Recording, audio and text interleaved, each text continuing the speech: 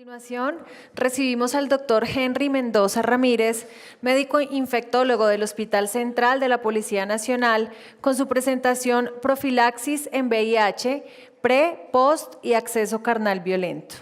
El doctor Henry Mendoza es médico cirujano de la Universidad de Buenos Aires, especialización en medicina interna, especialización en infectología, diplomado en epidemiología en SIDA, diplomado en Fundamentos de la Investigación Biomédica de la Pontificia Universidad Javeriana. Por favor, recibamos al doctor Henry Mendoza Ramírez. Buenas tardes para todos. Gracias a la coronel Magali por la invitación. Siempre es un placer poder compartir alguna información que tenemos de VIH. Justo me pide que hablemos. Ok. ¿Qué pasa con el paciente que tiene VIH y llega a la urgencia? La idea es ver qué está sucediendo con los médicos que atienden pacientes con VIH, qué pasa con los médicos que están en urgencia y les llega un paciente con VIH. El doctor Pérez nos acaba de decir, en las urgencias llegan y los quieren sacar rápido.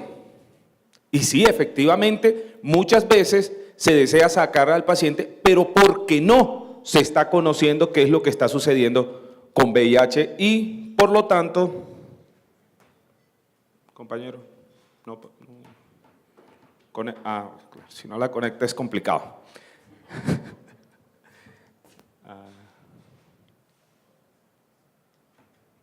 Ahí pasó. Entonces, vamos a empezar a mencionar qué es lo que está sucediendo. Primero que todo y fundamental, recordar que el pronóstico de la infección por VIH viene mejorando. Acaban de decirnos la doctora Maldonado, también nos ha informado el doctor Pérez, también nos han informado el doctor Cárdenas, que efectivamente con el tratamiento antirretroviral altamente activo ha mejorado las características de la mortalidad y de las morbilidades asociadas al VIH. Entonces, esto ha hecho que el paciente con VIH ya no tenga unas características fenotípicas típicas o características que lo hacían fácilmente identificable como que es probable que tenga un VIH. Entonces, claro, el paciente demacrado, caquéctico, que tenía toda la problemática de su VIH no tratado, con todas las enfermedades asociadas, en urgencias era fácilmente identificable. Hace muchos años, 15, 20 años atrás, esto era posible. Ahora no, las características fenotípicas han cambiado gracias a Dios y gracias al tratamiento antirretroviral. De tal manera que la problemática del manejo del paciente con VIH sí eran las complicaciones infecciosas y las lesiones tumorales de la infección. Y digo eran, cuando hablamos en general a nivel mundial, el doctor Cárdenas, Johnny, nos decía, claro, todas las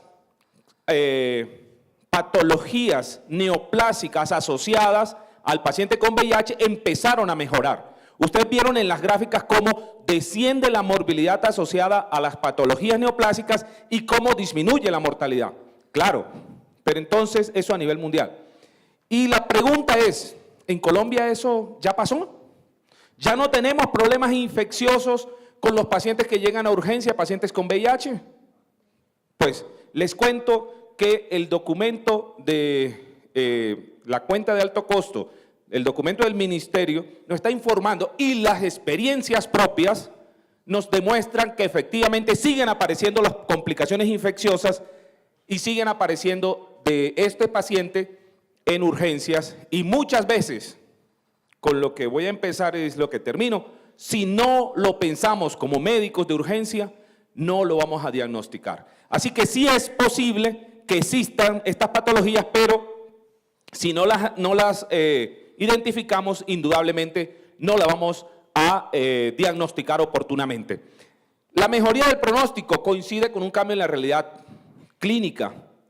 Hay que recordar que ahora todo el mundo dice, claro, la problemática de VIH En estos momentos son los eventos adversos y los efectos secundarios y las interacciones medicamentosas, cuando en realidad vemos que siguen siendo los problemas que hace 15 o 20 años seguíamos teniendo. Y les voy a comentar que las urgencias en Colombia en general se ha vuelto una consulta prioritaria. A nosotros en el hospital nos llegan a consultas de urgencia, consultas que pueden ser consultas externas prioritarias, pero resulta que en Colombia el proceso hace que muchas veces no tengamos todo el personal especializado en las urgencias. Entonces el paciente siempre empieza a saltar y es importante que el médico general, el urgenciólogo, identifique y piense estas patologías para que de esa manera pueda tratar desde la urgencia el paciente con infección por VIH. En Colombia, la epidemia de VIH es concentrada, pero no quiere decir que no exista población totalmente de nuevo, nuevamente infectada, que nos esté llegando a la urgencia. En este momento decimos que es concentrada porque los hombres que tienen sexo con hombres o la población homosexual está superando el 5% y esa prevalencia del 5% hace que se considere de mayor riesgo las personas que hombres que tienen sexo con hombres que no utilizan preservativos. Pero también es creciente la epidemia en población general, en población con otras características heterosexuales, en mujeres, y estamos viendo cómo aumenta el número de mujeres embarazadas con infección por VIH. En Colombia sigue creciendo este aspecto. Es importante recordar el grupo en lo que suele ocurrir más frecuentemente la epidemia, y es entre las personas que tienen de 20 a 25 años de edad.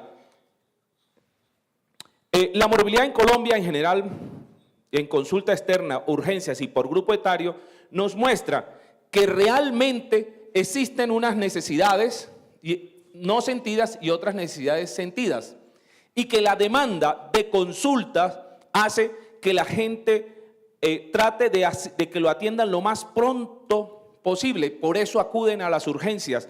En ese sentido, hay que aclarar que hay una demanda que está registrada y otra que no está registrada. Es importante entender en Colombia que el fenómeno de la asistencia masiva a urgencias es por la falta de oferta real en consulta externa. Hay directrices de diversas fuentes que relacionan aspectos del cuidado de personas que tienen VIH, y hay unas que nos dicen, oye, ¿qué hacer cuando hay exposición ocupacional? ¿Qué hacer cuando necesitamos hacer resistencia? ¿Qué hacer cuando el paciente tiene hiperlipidemia? Pero como tal no hay una que diga qué hacer en urgencias, porque en urgencias es la suma de todas las complicaciones habidas y por haber que tiene el paciente. Hay que recordar que el VIH a nivel mundial sigue en más de 35 millones de personas, que ha habido un fenómeno muy interesante, y es que en muchos países ha disminuido más del 25 y más del 50% la incidencia de VIH. Sin embargo, Colombia está dentro de esos países en los que no ha disminuido la incidencia de VIH. Ojo, y ahorita acabamos de hacer un comentario. Cada día en la consulta externa de infectología estamos viendo pacientes con VIH nuevos. Colombia no ha disminuido, como sí lo ha hecho en muchos países del mundo, la incidencia de VIH. Eso es grave, porque estamos fracasando en la prevención, estamos fracasando en la posibilidad de controlar la pandemia por VIH en Colombia. Los casos que se notifican en Colombia han venido creciendo y hay en la actualidad, al 2015, más de 92,000 casos. Aquí notificados al 2011, 2012, eran 75,000 casos, pero a hoy van más de 92,379 casos notificados de VIH-Sida.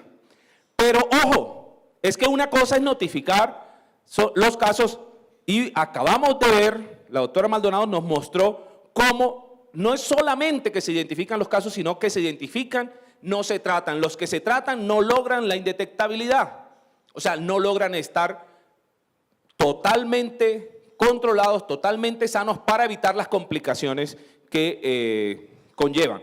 Miren que para el año 2013, más de 8.200 casos fueron notificados de infección por VIH. A 2014, a 2015, a 2016, cerrando el año, multiplique estos 8.000 casos por estos 4 años y nos da la cifra que actualmente podemos tener.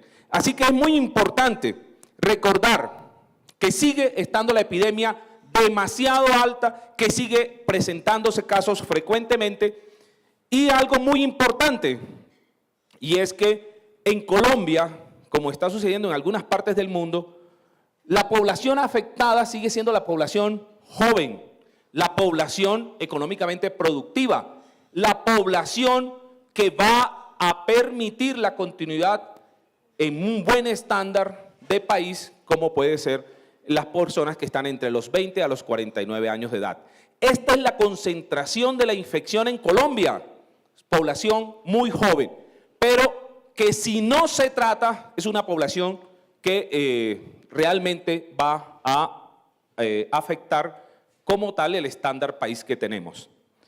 Algo para recordar, que los casos notificados, miren que el 78% de los casos al momento de la notificación estaban en estadio VIH y el 22% estaban en estadio SIDA. ¿Qué quiere decir esto?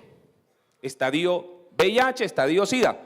Bueno, como han escuchado de pronto durante todos estos días, la estadificación de VIH y de SIDA tiene que ver por la condición del número de CD4 y por las infecciones que se consideran infecciones asociadas al SIDA y infecciones no definitorias de SIDA.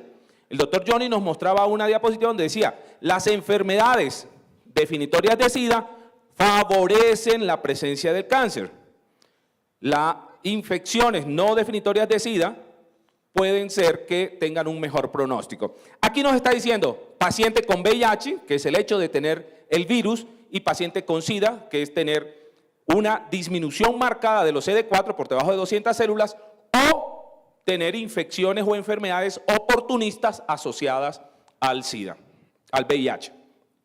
Por lo tanto, en Colombia, el hecho de que el 22% de los casos se notifiquen en estadio SIDA, estamos hablando de un fracaso del sistema general de salud porque estamos llegando tardíamente al diagnóstico, tardíamente al tratamiento, tardíamente a la posibilidad de que el paciente se pueda recuperar y ser una persona totalmente productiva. Entonces estamos hablando de un fracaso general, cuando nosotros a nivel mundial lo que estamos encontrando es que no sobrepasa el 5% la identificación de los casos en estadio SIDA en los países desarrollados. Esto nos lleva a pensar si todos conocemos nuestro estatus serológico para VIH. Y la Organización Mundial de la Salud hace unos 8 meses dijo, oiga, recomendamos que se hagan las pruebas de VIH en forma particular, privada y por cada individuo. De tal manera que no necesita el individuo ir a un laboratorio a hacerse la prueba de VIH. Lo importante es saber cómo está su estatus serológico para VIH. Porque sabiendo cómo está usted de VIH, sabe que puede asistir a su sistema de salud a que le den el tratamiento y evitar las complicaciones asociadas al VIH no tratado. No voy a hacer la pregunta, ¿quiénes están vacunados contra hepatitis B? No, aquí yo no puedo preguntar fácilmente quién conoce su estatus serológico para VIH. Pero yo les aseguro que si en Estados Unidos alrededor del 35% de las personas en general no conocen su estatus serológico, en Colombia ese porcentaje duplicará esa cifra. ¿Por qué? Porque nosotros no nos hacemos la prueba de VIH voluntariamente, si no es la señora que está embarazada, porque va el embarazo. Los que estamos en el sistema de salud, porque nos pinchamos, porque tuvimos algún accidente. Por eso nos hacemos la prueba de VIH. Pero no vamos voluntariamente a hacernos la prueba del VIH, por el estigma, porque siempre ¿por qué se va a hacer la prueba de VIH? Usted cachoneó al tipo, por eso es que se va a hacer la prueba. O porque el tipo que va a hacerse la prueba, este tipo se le moja la canoa porque mire cómo está. Ese es el problema y por eso es preferible, y lo estamos haciendo, una cuestión que se llama el point of care, y es tratar de hacer, por lo menos en mi consultorio, lo que hacemos es hacerle la prueba durante la consulta al individuo que va y nos dice, mire, tenemos la prueba, es absolutamente económica, barata, firme su consentimiento, porque en Colombia se exige el consentimiento informado. Entonces, cada quien va y se hace la prueba en el consultorio con el médico. No necesita ir al laboratorio, a que todo el mundo, a ver, el que se vino a hacer la prueba de VIH, sí señor, pase. No, ya eso pasó a la historia, o debe pasar en la historia aquí en Colombia. Entonces, se puede hacer en el consultorio del médico infectólogo que está atendiéndolo. Importante recordar que la relación hombre-mujer de los casos VIH-Sida es de 2.3 a 2.6 hombres por cada mujer infectada. Aquí está la relación que mencionaba, los casos diagnosticados en estadio VIH y los casos diagnosticados en estadio SIDA. 78, 22%. Lo ideal es que esta diferencia debe ser marcada siendo más la cantidad de casos diagnosticados en estadio VIH que los casos diagnosticados en estadio SIDA. Ahora, un fenómeno bien interesante. Gracias a una pildorita de color azul en su momento, que es el sildenafil, hay hasta una película de Pfizer en su momento, pues lo mencionan, lo digo así, porque hizo que se reactivaran estos caballeros de más de 60 años y cada día se están diagnosticando pacientes con más de 60 años de edad con infección de nuevo por VIH. Gracias a los productos que generan un aumento en la erección, y estos nuevos caballeros están siendo los nuevos infectados en Colombia y a nivel mundial también. Pero resulta que no es lo mismo infectarse a los 25, 30 que infectarse a los 60. Los riesgos obviamente son mayores. El proceso inflamatorio generalizado que nos mencionaron es mayor a los 60 y las comorbilidades asociadas son mayores. La hipertensión, la dislipidemia, la diabetes. Entonces es una población de alto riesgo que estamos teniendo nuevamente en Colombia. Entonces en urgencia, ¿sí? El paciente nos llega. ¿Qué hacemos nosotros que estamos en urgencia, que atendemos a los pacientes en urgencia? Pues mire, el abordaje clínico que hay que hacer es reconocer inmediatamente los riesgos de infección con una anamnesis adecuada y es determinar esa posibilidad de que sea VIH positivo. Pero acaban de decirnos, ¿quién tiene vacuna para VIH? No, ninguno. Entonces todos somos potencialmente posibles de tener VIH. O sea, todos estamos en esa posibilidad, de tal manera que de determinar la posibilidad de VIH aumentará en la medida que tenga unos factores de riesgo, como por ejemplo ser honesto y decir, caramba, yo tengo 3 mujeres, no utilizo protección, pero además me acuesto con cada una que vea por ahí. Ah, pues, sí, obviamente, este tiene un chulo más, tiene más riesgo. Ok.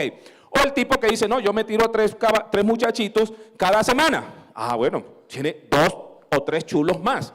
Tiene más riesgo de tener VIH que otra población. Entonces, la solución a la problemática de determinar la posibilidad de VIH es una aproximación al riesgo de acuerdo a esa anamnesis real que establecemos con el paciente. Segundo punto, recordar que existe la primoinfección.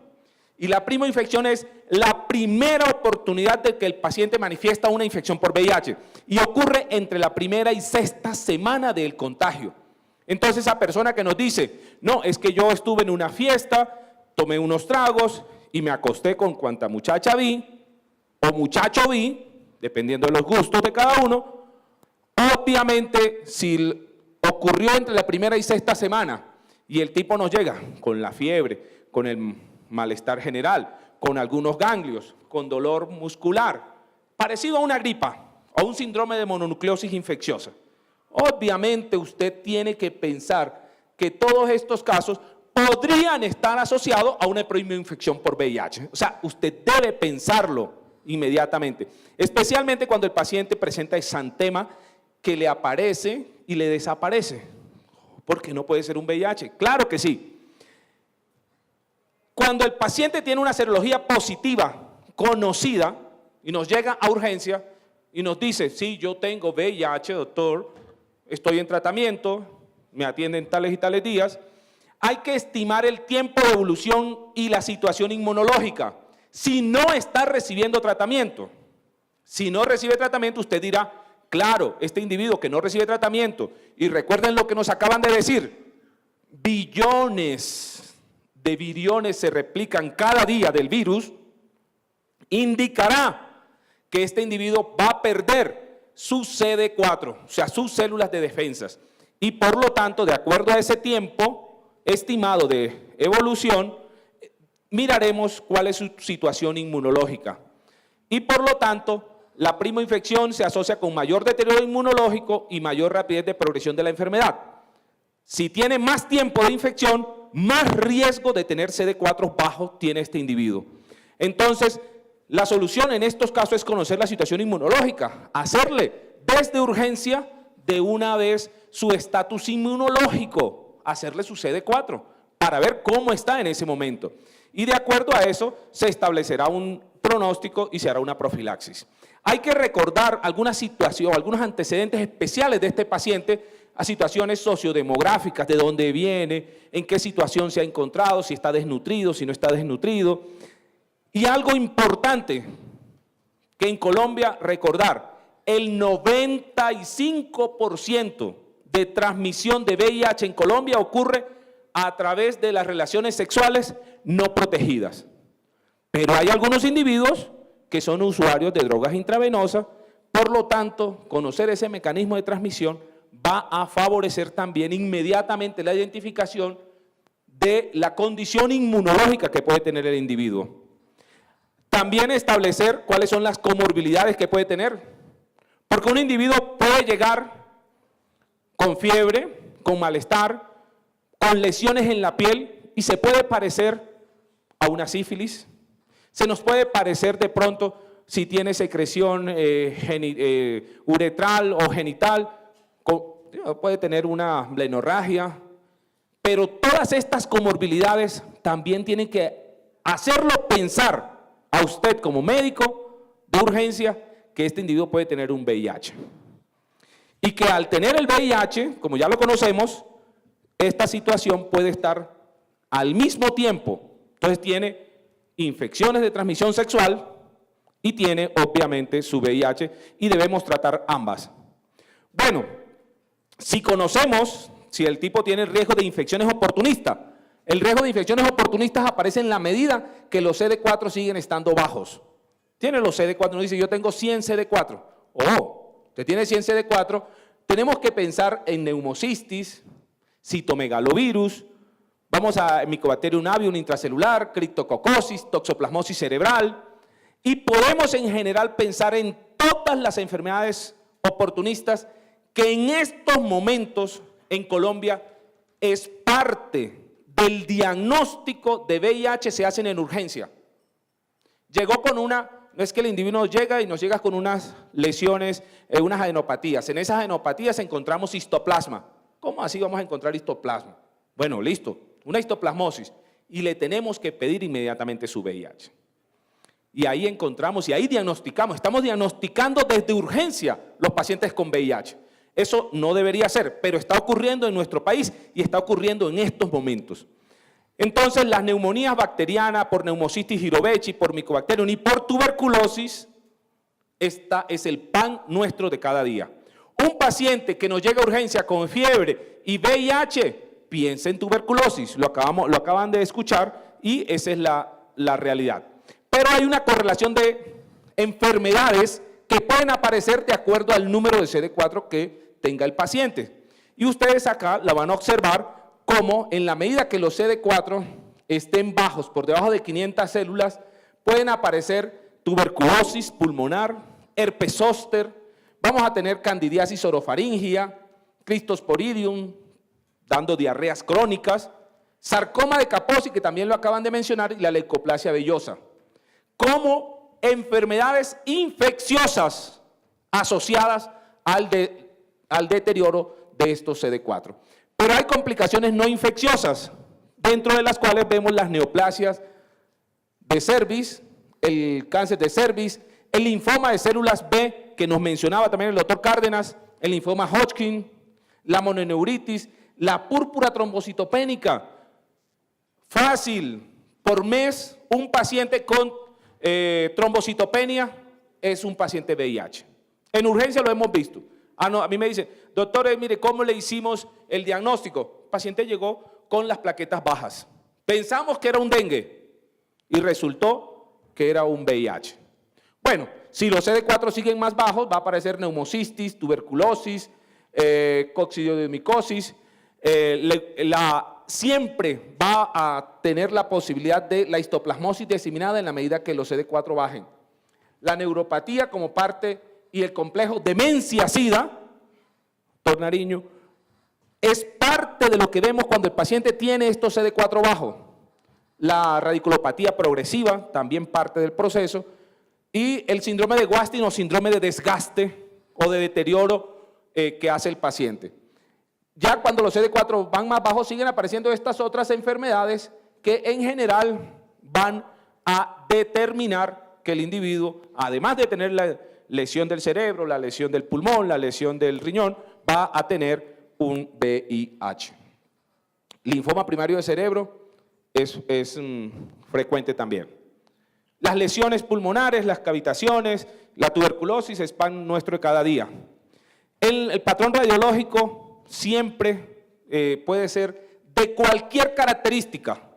No hay algo que denominemos patognomónico. El paciente con VIH puede tener una feria en ese pulmón y eso puede dar cualquier cosa. Pero lo más frecuente siempre sigue siendo la tuberculosis, la neumonía bacteriana comunitaria, ¿sí? La neumocistis carini o neumocistis girovechi, y si ustedes ven con cualquier característica o patrón radiológico, va a aparecer tuberculosis, tuberculosis, tuberculosis y neumonía por neumocistis carini. Así que hay que pensar en tuberculosis. El tema de hoy es VIH y tuberculosis, y desde urgencia podemos hacer la identificación de un paciente que puede tener cualquiera de estas características. Ahora, el sarcoma de Kaposi en el pulmón también aparece y con cierta frecuencia.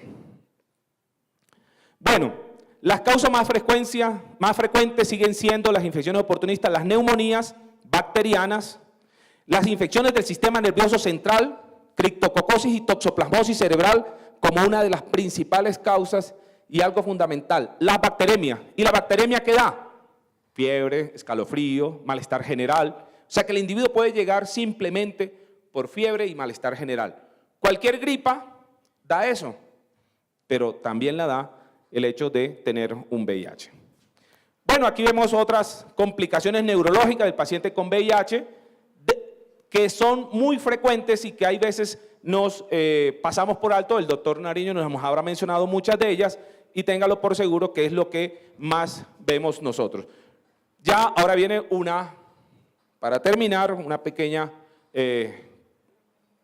imágenes de mi archivo personal de todos estos años de atender pacientes con VIH, y vemos cómo las lesiones neurológicas, ¿sí?, que en este caso es una paciente, estamos hablando del año 2003, esto lo vi en el 2003, pero este paciente tiene una toxoplasmosis diseminada cerebral, pero en su momento, hace no más 2 semanas, las imágenes las puedo traer y dicen 2017. ¿Cómo es posible que hace 14 años estemos viendo esto en urgencia? Estoy hablando de urgencia, y no más de 2 semanas tenemos el mismo patrón.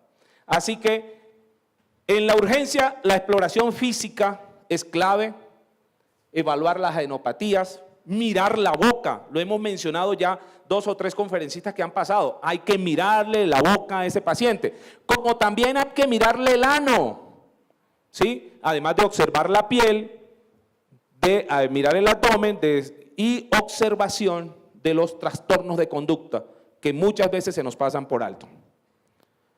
Estas adenopatías, como hemos mencionado, lo primero que hay que hacer en pacientes de urgencia es observar las adenopatías. Estas, como le digo, son imágenes del archivo personal de EMERA Unidad de Infectología, que es la IPS en la que trabajo, además del Hospital Central y antes en el Hospital de San José. Y estas otras que son lesiones ya diagnosticadas de sarcoma de Kaposi, ¿sí? Esta es una TBC ganglionar, un paciente, y estas de sarcoma de Kaposi, de lesión oral. Hay que mirarle la boca. Si el paciente le sonríe, no necesariamente le está mostrando la lesión. Así que hay que abrirle la boca y mirarle el paladar, mirar la faringe y hasta donde más se pueda.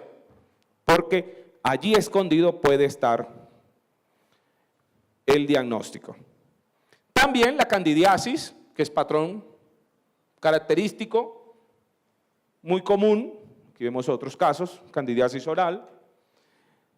Y hay otros aspectos a tener en cuenta. Ya cuando el paciente nos llega a la consulta de urgencia con diagnóstico de VIH y le iniciaron su tratamiento, el paciente puede estar tomando un antirretroviral y está ocasionando interacciones medicamentosas. Y puede estar tomando otros medicamentos no antirretrovirales que pueden ocasionar toxidermias, de tal manera que tenemos que mirar siempre qué está tomando el paciente. Y si el paciente nos dice, yo estoy tomando determinado antirretroviral, tengo la posibilidad de presentar unos eventos adversos asociados y eso es lo que vamos a tratar de dilucidar. Los tratamientos antirretrovirales muchas veces ocasionan eventos adversos que hacen que el paciente no quiera volver a tomarse el medicamento. Y si no se toma el medicamento, no va a tener una eficacia del mismo y por lo tanto puede tener aparición de infecciones oportunistas por la no adherencia, por la persistencia de la carga alta y los CD4 bajos. Entonces, hay efectos secundarios que son a largo y mediano plazo, por ejemplo, la dislipidemia, la resistencia a la insulina, la diabetes como parte del problema de un paciente con VIH, la lipoatrofia y la lipodistrofia, y por lo tanto, desde urgencia podemos decirle, señor, podemos ajustar su terapia antirretroviral, si sabemos cómo se hace, si no, tenemos que hablar con su médico y hacer un ajuste de ese tratamiento. Cuando el evento adverso es de corto plazo, hay trastornos gastrointestinales, diarrea, hepatotoxicidad, reacciones inmunológicas y alérgicas asociadas a los medicamentos, tanto a los antirretrovirales como a los no antirretrovirales que se asocian al paciente. Dentro de esos no antirretrovirales puede aparecer el tratamiento para la tuberculosis, el tratamiento para la toxoplasmosis, entonces dan trimetoprim, estamos utilizando de pronto clindamicina y en general una serie de medicamentos que pueden hacer. La solución ante esos casos es quitar o retirar ese tratamiento antirretroviral para que después ya, ahí sí, por consulta externa podemos hacer los ajustes. Los compromisos más frecuentes son las anorexias, náuseas, vómitos y diarrea y se ven con todos los medicamentos antirretrovirales. No hay uno solo que no produzca algún evento adverso. Todos tienen que producir algún evento adverso. Y son tan marcados que muchas veces los pacientes dicen, prefiero no tomar el medicamento a estar con diarrea. Prefiero no tomar el medicamento a estar con mareo.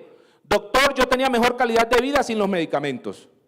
Nos dicen, no, doctor, es que lo que usted me dio, me puso fue peor. Y uno dice, claro, bueno, venga, vamos a ajustar. Pero tengan en cuenta todos estos aspectos. Bueno, y hay un aspecto chiquitito que se llama toxicidad mitocondrial, que está asociado a los medicamentos antirretrovirales. Esta toxicidad mitocondrial puede hacer que se presenten procesos patógenos como la acidosis láctica.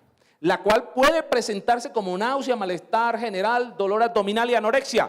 ¿Qué tiene la acidosis láctica en sus síntomas de diferente de lo que hemos hablado de que ocasionan los otros medicamentos antirretrovirales?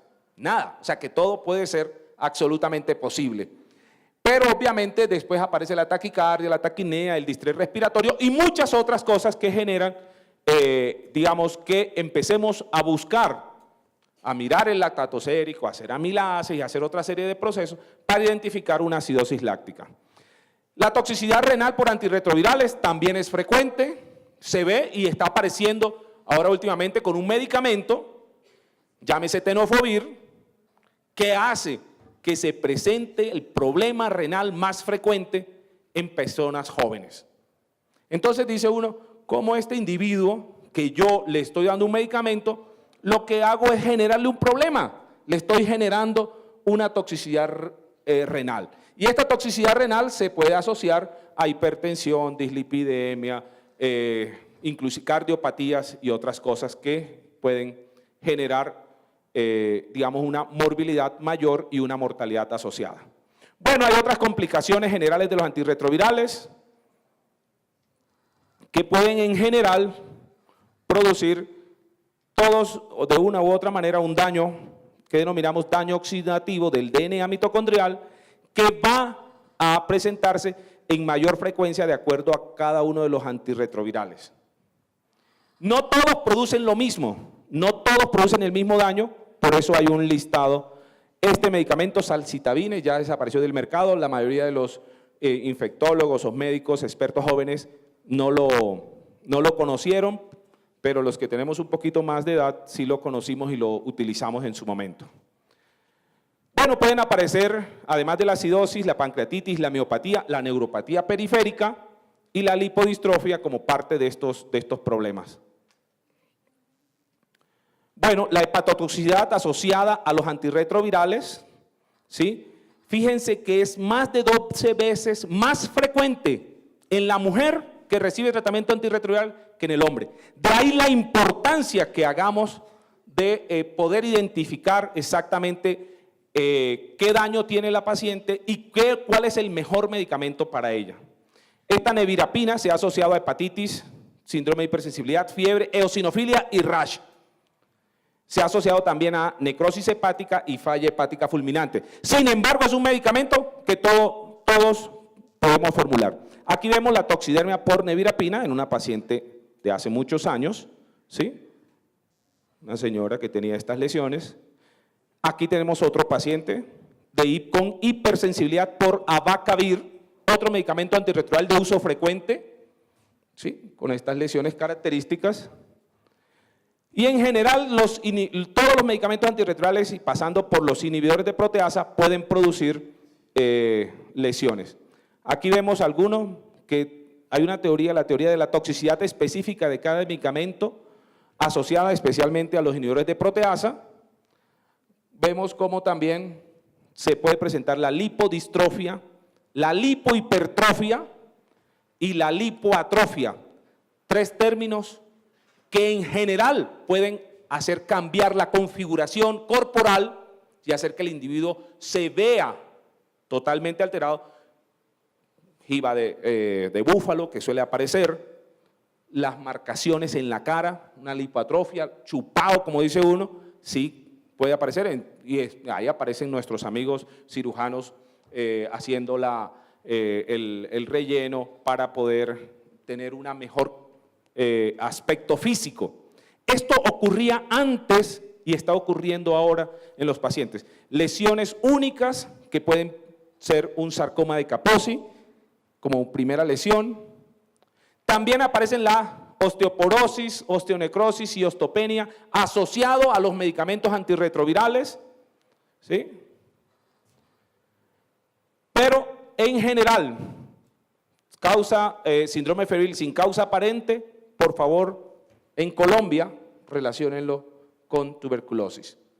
El síndrome de reconstitución inmunológica como parte también de lo que podemos encontrar en el paciente que nos llega a urgencia, como lo acaban de mencionar en la conferencia anterior, y algo fundamental, que no tiene reversa, y es la retinitis y especialmente la retinitis por citomegalovirus.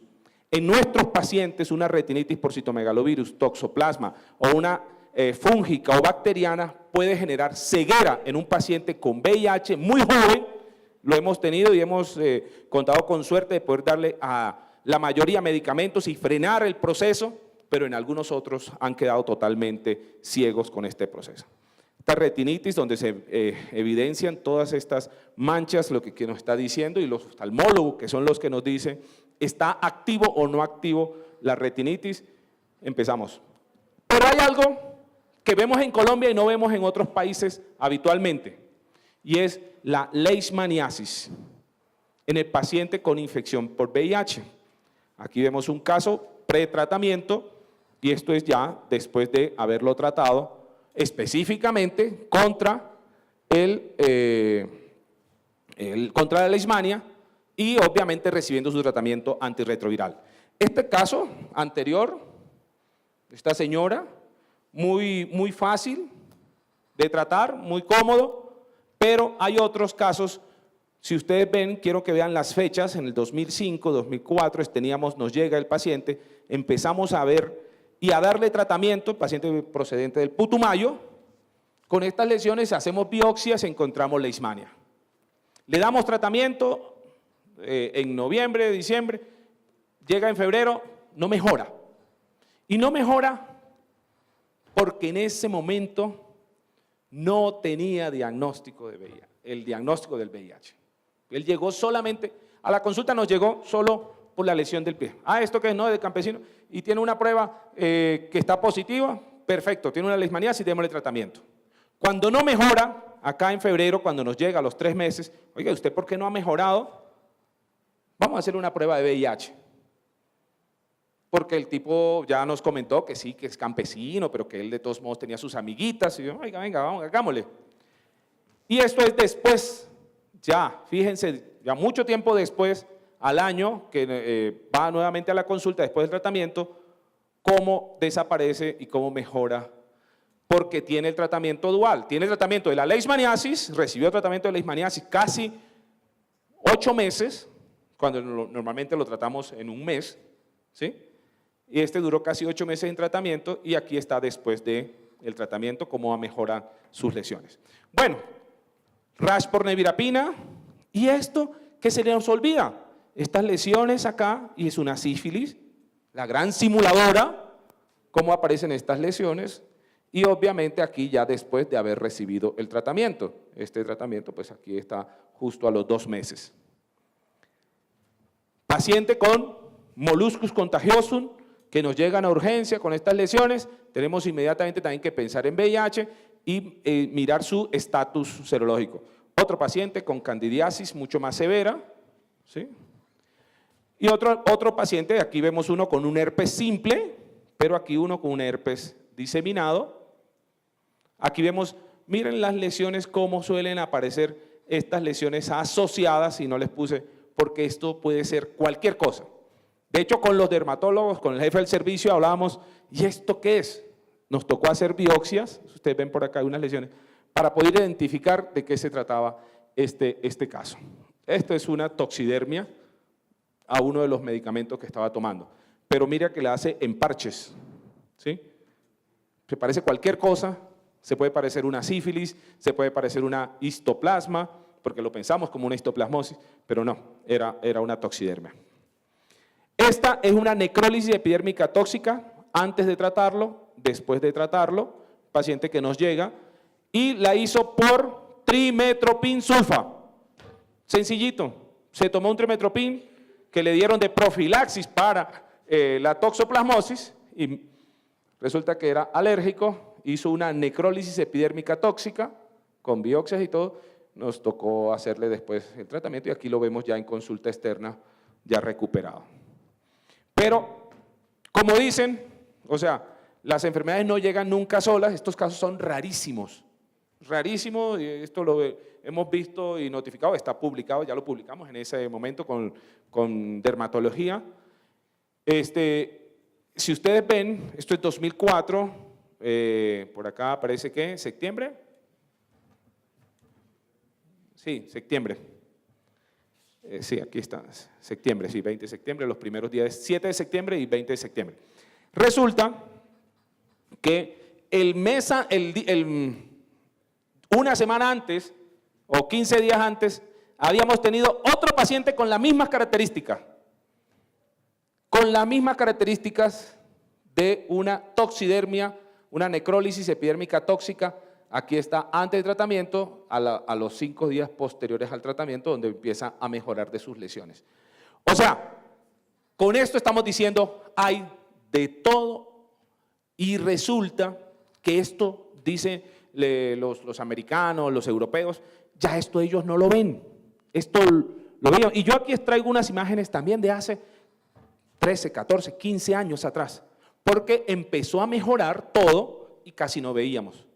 Y ahora, lo que el doctor Pérez nos acaba de decir, que se le murió un paciente y otro está por morirse de unos procesos que no se veían antes tan frecuente, o sea, hace unos poquitos años, está volviendo. Quiere decir que nos toca pellizcarnos y desde las urgencias empezar a identificar tempranamente también a los pacientes con infección por VIH. Y no podía dejar pasar por alto, este es un caso único, publicado también junto con los oncólogos y hematólogos, de un sarcoma de Kaposi que abarca toda la cara y la cavidad faríngea. Estos son casos atendidos por nosotros y que desafortunadamente evidencian lo tardío que llegábamos. Claro que aquí estamos hablando de 2003, 2004. Llegábamos tardíamente, pero no pude descargar unas fotos de la semana pasada, el martes que hice consulta, donde llega un señor y me dice, 27, 28 años, me dice, doctor, es que me están apareciendo unas lesiones aquí en la pierna.